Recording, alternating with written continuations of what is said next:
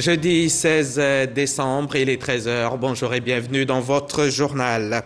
Hier mercredi, un conseil des ministres s'est tenu au palais de la présidence de la République. Au cours de cette réunion présidée par le président Alassane Ouattara, plusieurs projets de loi et décrets ont été signés concernant la justice et les droits de l'homme. La construction et les logements sociaux ont été abordés. Et puis, la cérémonie d'ouverture de la 5e phase du dialogue politique a eu lieu ce matin à la primature en présence du Premier ministre Patrick Achi. Les membres du gouvernement et les partis politiques de l'opposition étaient tous réunis. Selon le chef du gouvernement, le président Alassane Ouattara est prêt à créer les conditions d'un dialogue inclusif. L'Union européenne a annoncé hier mercredi suspendre sa mission de formation de l'armée nationale centrafricaine en raison du contrôle exercé par les mercenaires de la société Wagner sur les FACA, les forces armées centrafricaines. La décision a été prise il y a 2 semaines en prélude aux sanctions ciblant l'organisation et plusieurs de ses membres. C'était annoncé depuis des semaines et là, c'est effectif. Le dialogue politique a redémarré ce jeudi 16 décembre en Côte d'Ivoire avec une rencontre entre le gouvernement et les principaux partis politiques.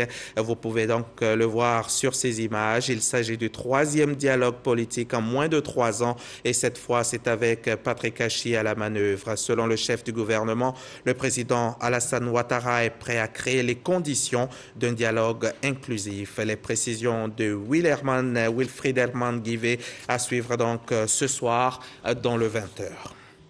C'est lors du Conseil des ministres hier mercredi que le dialogue politique 2021 a été confirmé.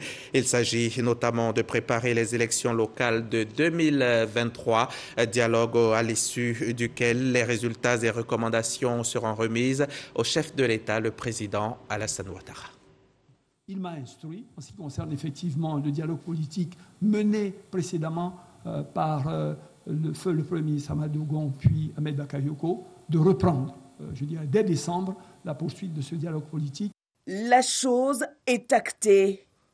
Ce jeudi 16 décembre, à la primature, partis au pouvoir et opposition s'assieront autour de la table pour faire avancer le dialogue politique.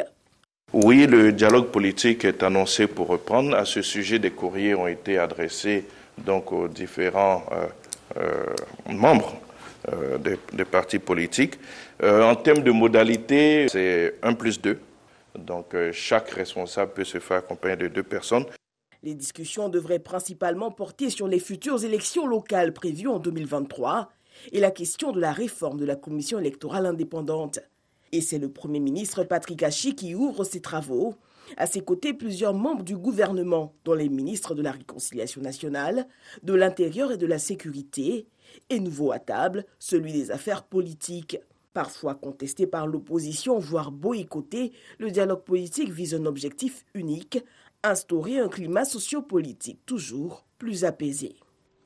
Un reportage signé Alexis Ouedraogo. Je vous le disais en titre, hier mercredi, c'était jour de Conseil des ministres, réunion présidée par le chef de l'État, le président Alassane Ouattara. À l'ordre du jour, plusieurs projets de loi et décrets signés concernant la justice et les droits de l'homme, la construction et le logement social et la réglementation des transports publics. À l'issue donc du Conseil, le porte-parole du gouvernement a fait un point face à la presse. Retour ce matin sur ce point de presse avec Viviane Haïm.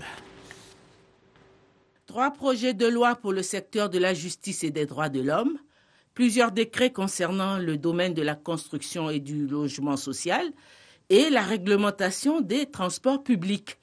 Tels sont les grands axes du Conseil des ministres de ce mercredi 15 décembre sous la présidence du président de la République, Alassane Ouattara. S'agissant du secteur de la justice et des droits de l'homme, 2 projets de loi organiques concernant la composition, l'organisation et le fonctionnement du Conseil supérieur de la magistrature et l'organisation et le fonctionnement du Conseil constitutionnel. Un projet de loi sur le statut de la magistrature qui confère désormais une indépendance aux magistrats. Ce projet de loi réorganise le statut de la magistrature en vue de garantir un meilleur fonctionnement du pouvoir judiciaire. À cet effet, il opère une recomposition de la commission d'avancement des magistrats et met ainsi fin au pouvoir disciplinaire exercé par le ministre chargé de la Justice à l'égard des magistrats du parquet, au bénéfice du Conseil supérieur de la magistrature, qui devient donc désormais le seul organe disciplinaire des magistrats du siège et du parquet. Concernant le domaine de la construction, le gouvernement se désengage désormais de la construction des logements sociaux. Le Conseil des ministres a décidé la création d'un fonds de garantie du logement social. Le fonds de garantie du logement social est chargé de faciliter les conditions d'accession du crédit acquéreur aux couches sociales les plus défavorisées et de contribuer au financement de toutes les actions favorisant le développement de l'habitat social. Ce qui explique donc la dissolution du CTU, le compte des terrains urbains, la dissolution du FSH et la dissolution du CDMH. Par ailleurs, la SICOJ change de dénomination et d'attribution. La transformation de la SICOJ en une société d'État dénommée Agence nationale de l'habitat ou ANA. L'ANA devient juste un instrument technique au sein du secteur de l'habitat, chargé d'assurer notamment la coordination et la supervision des activités de promoteurs immobiliers privés agréés dans le cadre du programme présidentiel en cours. Et la BHCI, la Banque de l'Habitat, est remise à flot. L'État devient l'actionnaire majoritaire de la BHCI. À cet effet, le Conseil a décidé d'orienter la stratégie de la banque désormais sur son cœur de métier initial, à savoir le financement de l'immobilier, en devenant l'instrument privilégié de financement du secteur de l'habitat dans la perspective de la résorption du déficit structurel en logement. Le Conseil des ministres a décidé de réglementer l'activité des transports publics, covoiturage, services de transport d'utilité sociale et de voitures de transport avec chauffeur ou VTC, généralement soutenus par un réseau numérique de réservation. Ce décret précise les conditions d'accès à ces différentes activités, ainsi que les modalités de leur exercice en vue d'organiser ce secteur d'activité et de le mettre en cohérence avec la réglementation relative au marché du taxi et au transport public de personnes en général. Un second décret a été adopté et qui, lui, porte sur la réglementation de la circulation des motocyclettes, cycles, cyclomoteurs, tricycles, quadricycles et vélomoteurs à des fins de transport sur les voies routières ouvertes à la circulation publique. Si l'utilisation de ces engins est exclue sur certains axes routiers, notamment les axes routiers interurbains et intercommunaux, leur circulation sur les autres voies routières ouvertes à la circulation publique est assujettie à certaines conditions telles que l'obligation des propriétaires de ces véhicules à se constituer en entreprise, l'obligation d'être inscrit au registre des transporteurs, l'obligation d'avoir les autorisations de transport nécessaires délivrées par le ministère chargé des transports routiers et enfin, l'obligation de doter les moyens de transport concernés et les chauffeurs d'équipements de sécurité appropriés en fonction des cylindrées des différents engins. Ce décret réglemente par la même occasion les activités de livraison à domicile ou dans les bureaux de colis ou de repas prêts à la consommation en vue de sauvegarder la fluidité routière et de résorber donc les accidents de la circulation sur la voie publique liés à ces engins. Le recensement général de la population et de l'habitat a pris fin le 14 décembre à minuit. Prochain Conseil des ministres, le 22 décembre. Un reportage de Viviane Haïm. Le maïs hybride, si vous ne savez pas ce que c'est, alors on va le découvrir ensemble. Pour cela, je vous emmène à Ouamesionka, dans le département de Dikodougou. C'est là que le ministre d'État, ministre de l'Agriculture, a récemment lancé officiellement le projet de production intensive de maïs hybride. Un projet qui vise à produire environ entre 7 et 12 tonnes à l'hectare. Direction Ouamesionka avec Jean-Marc Djedji. Ouamesionka, village dans le département de Dikodougou, accueille le lancement officiel de la première récolte du projet de production intensive de maïs hybride. Ce projet permettra de mettre en place 5500 hectares de maïs sur des parcelles villageoises et 10 000 hectares dans la région. Kobenan Kwasi Adjoumani a procédé au lancement du projet. Le ministre d'État a profité de cette occasion pour saluer l'arrivée en Côte d'Ivoire de cette variété de maïs hybride qui permet de booster les rendements des plantations. L'avènement donc des hybrides en terre ivoirienne ne peut que renforcer nos acquis et nous permettre d'aller de l'avant. Le projet de production intensive de maïs hybride générera 550 emplois directs et permettra à environ 120 000 personnes d'améliorer leurs conditions de vie. Autre projet, toujours dans le domaine de l'agriculture, c'est le YAM6, le projet du système de culture à base d'igname pour améliorer la sécurité alimentaire en Afrique de l'Ouest.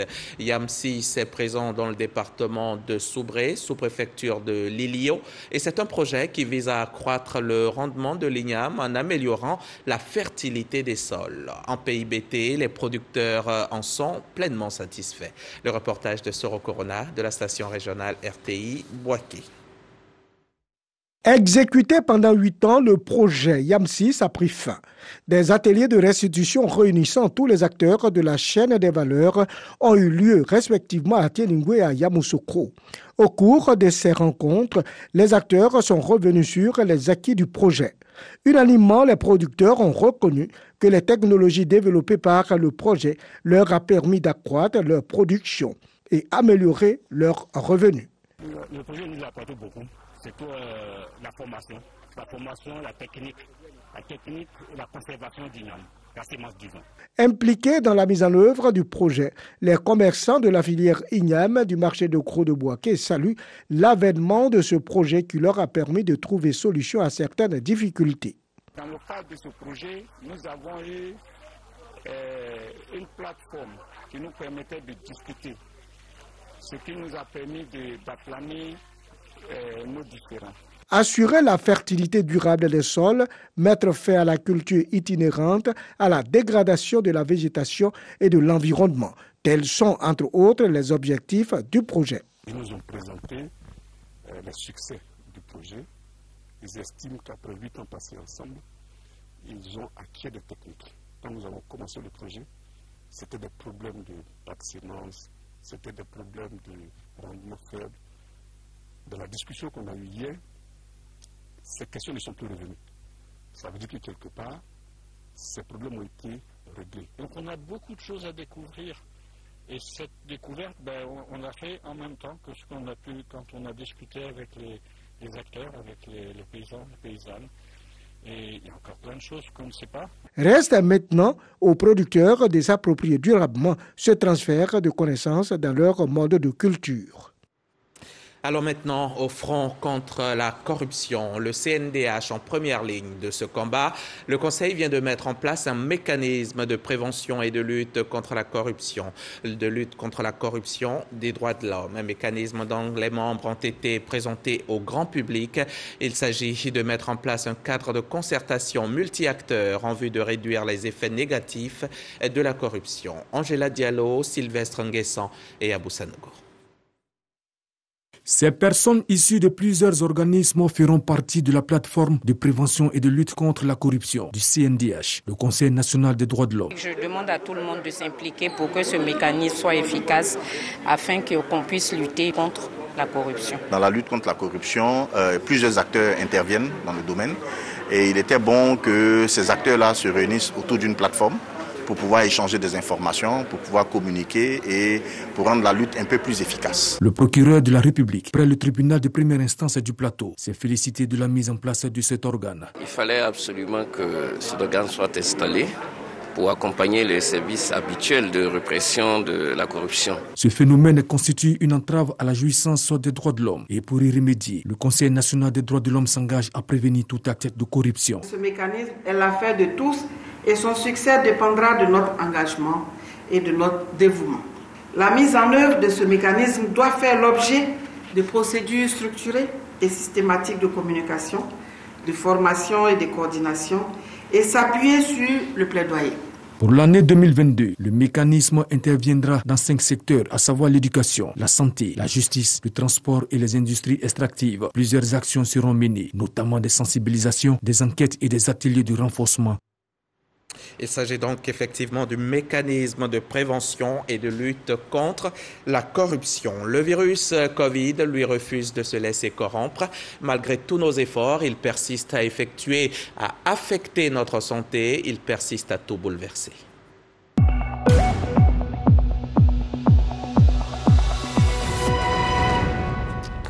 « 272 millions de cas de Covid à travers la planète et le virus a tué 5,33 millions de personnes depuis le début de la pandémie. Un virus qui se donne les moyens de toujours exister et de toujours faire mal. En Côte d'Ivoire, dans la seule journée d'hier, on a enregistré 20 nouvelles contaminations, ce qui porte à 61 943 le nombre total de personnes touchées par la maladie depuis mars 2020. Et depuis cette même date, 706 vies ont été emportées. On peut tous participer à arrêter l'hémorragie. Il suffit de porter le masque de protection. Il suffit de se faire vacciner. Il existe depuis quelque temps un fonds spécial de solidarité Covid-19. Une délégation du secrétariat du fonds a séjourné récemment dans la région de l'Indénié et du Hablin. Ils y sont allés pour sensibiliser les populations cibles afin de s'inscrire pour bénéficier de ce fonds. C'était lundi dernier à la préfecture d'Abengourou en présence de notre correspondant Herman Yamia. Le Fonds spécial de solidarité et de soutien d'urgence humanitaire Covid-19. Une initiative du gouvernement ivoirien pour soutenir les ménages vulnérables impactés par la maladie à coronavirus. Malgré l'existence de ce fonds, mis en place depuis mars 2020, après la survenue de la pandémie en Côte d'Ivoire, les populations cibles, certainement par ignorance, ne se bousculent pas pour en bénéficier dans plusieurs régions du pays. C'est tout le sens de la présence à Abengourou de la délégation conduite par le docteur Emma Assemian, membre du secrétariat du Fonds spécial de solidarité Covid-19. Dans l'Indénié du Hablin, seulement 2638 personnes ont été enregistrées, dont 1706 déjà prises en compte. Aujourd'hui, nous sommes à 2638. Je voudrais vous exhorter d'ici le 20 que nous puissions atteindre au moins 5000 personnes impactées. Donc, je compte sur vous. Pour bénéficier de ce fonds spécial, il faut remplir un certain nombre de critères selon Dr Assemian. Les critères d'éligibilité, d'abord il faut être personne indigente, il faut être personne retraitée, il faut être personne du 3e âge, c'est-à-dire des personnes âgées de plus de 60 ans, il faut être des personnes handicapées. Dr Assemian indique que les inscriptions se font auprès des leaders communautaires. Les bénéficiaires percevront la somme de 75 000 francs CFA des traitements des listes d'ici à la fin de l'année. La directrice de l'assistance aux pupilles de la nation du ministère de la Solidarité et de la lutte contre la pauvreté précise aussi que les enfants rendus orphelins du fait de la Covid-19 sont aussi éligibles. Après quelques temps de mise en berne de ces activités, le comité de pilotage de la plateforme nationale de coordination du financement de la santé reprend du service. Une relance d'activité saluée par le ministre de la Santé, Pierre Demba, a exhorté le comité à plus d'ardeur au travail. C'est ce que nous disent Théodore Zouzou, Andrea Kakou et Godefroy Okambawa. Depuis l'apparition de la Covid-19 en Côte d'Ivoire, c'est la première rencontre du comité de pilotage de la plateforme nationale de coordination du financement de la santé. Un organe de décision qui vient en appui au ministère de la Santé, de l'hygiène publique et de la couverture maladie universelle. Cette structure met en collaboration les parties prenantes, la société civile, le secteur privé et les partenaires. Et cela pour une meilleure coordination des besoins dans le secteur de la santé. Il s'agissait de valider les documents de travail, comment on va travailler pour les prochaines années. Alors, on a présenté le cadre de travail qui devait être validé par le comité de pilotage, et également le cadre de résultats. C'est un peu une mise en route de la plateforme.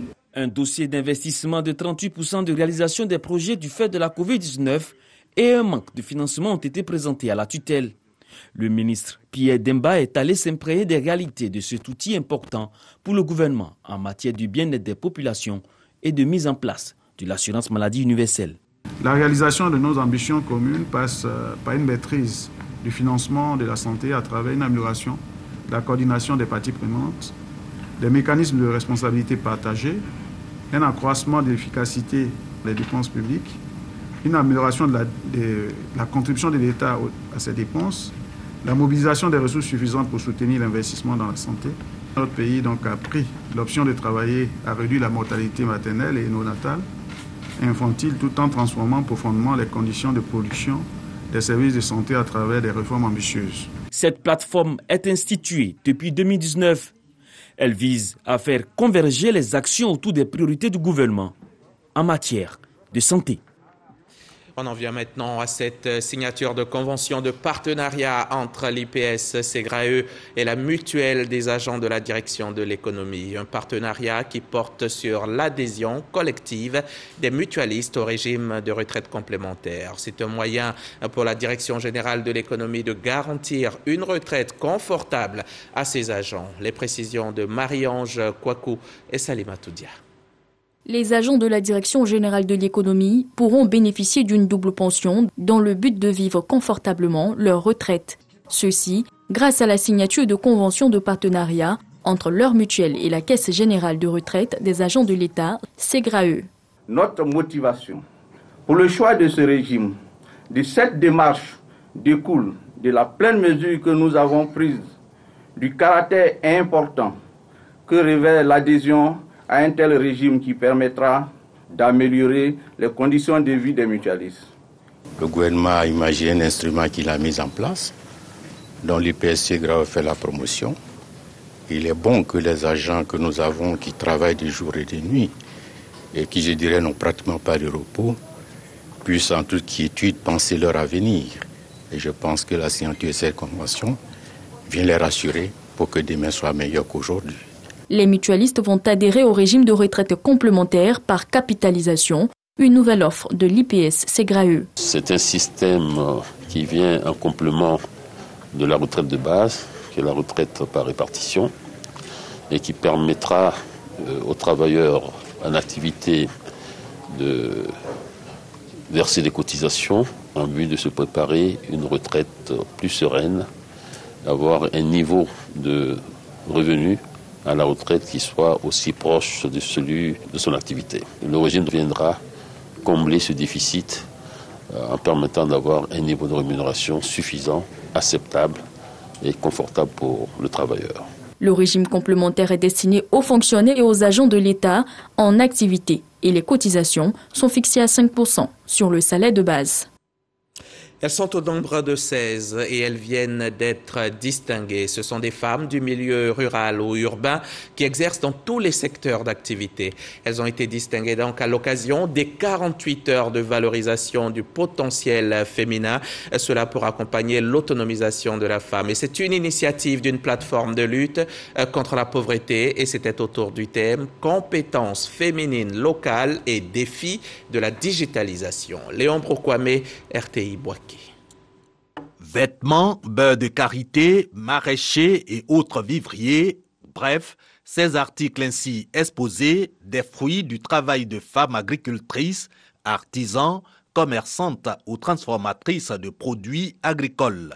Des activités certes à petite échelle, mais qui impactent la communauté, soit pour ce qu'elles permettent de prendre en charge l'acteur et sa famille, soit pour ce qu'elles emploient d'autres personnes. Par mes propres moyens, j'ai pu faire le restaurant le plus grand de Katoula. J'ai commencé mon activité par amour Pour les personnes en situation de handicap, particulièrement les personnes sourdes et les non-voyants, j'ai fait la promotion de la langue des signes et la valorisation aussi du métier d'interprète. Je fais chant d'igname, chant de manioc, je vends attiqué avec poisson, avec soupe. Pour valoriser ces potentiels féminins, Poro, Ambol, Bélier et Béquet, 4 régions mobilisées à Bouaké pour 48 heures, décrétées par la plateforme Dia Envy Group de lutte contre la pauvreté en milieu rural. 36 nominés, 16 compétences féminines distinguées. Il n'y a vraiment pas quelqu'un pour nous dire félicitations, pour nous encourager. Mais s'il y a des cérémonies comme ça, et qui nous encouragent, qui nous font savoir que ce qu'on fait, il y a des gens qui nous suivent de près. Ça ne fait que nous encourager. Quand on célèbre le mérite, ça encourage, ça motive. Et ça donne de la visibilité aussi, et ça donne l'exemple aussi. Étendue aux handicapés, cette 3e édition autour du thème compétences féminines locales et défis de la digitalisation. L'initiative parrainée par le président de la Chambre de commerce et d'industrie a le soutien du ministère de la Femme et du groupe RTI. Fini le moment où il y avait des clichés qui disaient aux femmes « Soyez belles et taisez-vous ». Vous êtes des femmes braves, des femmes qui ont de l'ambition. Il m'a demandé de vous féliciter, de vous encourager donc et de vous dire que vous avez tout son soutien. Autonomisation de la femme, le but visé par la plateforme promotrice des 48 heures de valorisation du potentiel féminin. Elle entend se constituer en ONG. L'Union européenne a annoncé hier mercredi suspendre sa mission de formation de l'armée nationale centrafricaine en raison du contrôle exercé par les mercenaires de la société Wagner sur les FACA, les forces armées centrafricaines. La décision a été prise il y a 2 semaines en prélude aux sanctions ciblant l'organisation et plusieurs de ses membres dans le conseil du président centrafricain Valéry Sakharov pour des exactions commises à travers le monde. La mission de formation de l'Union européenne avait été lancée en 2016 après le départ de l'opération militaire française Sangaris. Avant de nous quitter, on va écouter ce communiqué de la ACA, la Haute Autorité de la Communication Audiovisuelle. La Haute Autorité de la Communication Audiovisuelle, ACA, relève au cours de l'émission Ça fait l'actualité du 10 décembre 2021, avec pour thème les enjeux de l'élection à la MUJEFSI, prévu se tenir le lendemain 11 décembre 2021, qu'en dépit de l'absence des candidats sur le plateau de l'émission, la RTI 1 a présenté un spécimen de bulletin de vote marqué d'une croix en dessous de l'image de l'un des candidats. Le même candidat a également eu droit à la présentation de son image et de son dépliant de campagne en gros plan à l'écran. Le bilan des illustrations à l'écran suite au monitoring effectué par la ACA relève qu'au cours de cette émission de 26 minutes, le dit candidat a été présenté 26 fois pour une durée d'exposition totale de 5 minutes 12 secondes.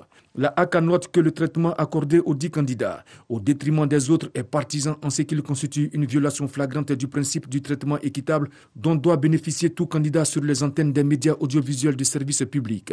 Au surplus, ce traitement constitue une campagne déguisée en faveur du candidat dont il s'agit. Ce faisant, la chaîne RTI 1 a violé les articles 52, alinéas 3 et 53 de la loi numéro 2017-868 du 27 décembre 2017 portant régime juridique de la communication audiovisuelle qui dispose respectivement que les organismes du secteur public s'interdisent toute prise de position partisane. Les organismes du secteur public de la radiodiffusion doivent garantir l'honnêteté, l'indépendance et le pluralisme de l'information ainsi que l'expression pluraliste des courants de pensée et d'opinion dans le respect du principe d'égalité de traitement. Par conséquent, face à ce manquement grave, le collège de la ACA, réuni ce jour en session ordinaire, après audition des personnes concernées, a décidé de ce qui suit. Un blâme est infligé au directeur des magazines de l'information. Un blâme est infligé à la réalisatrice de l'émission. Un avertissement est infligé à l'animatrice de l'émission. Par ailleurs, la ACA invite les responsables de la RTI à l'informer de la programmation de toute émission de débat organisée dans le cadre des processus électoraux, quels qu'ils soient. Fait à Abidjan le 14 décembre 2021. Pour la ACA, le président, Maître René Bourgoin. Fin de ce journal, je reviens samedi à 13h.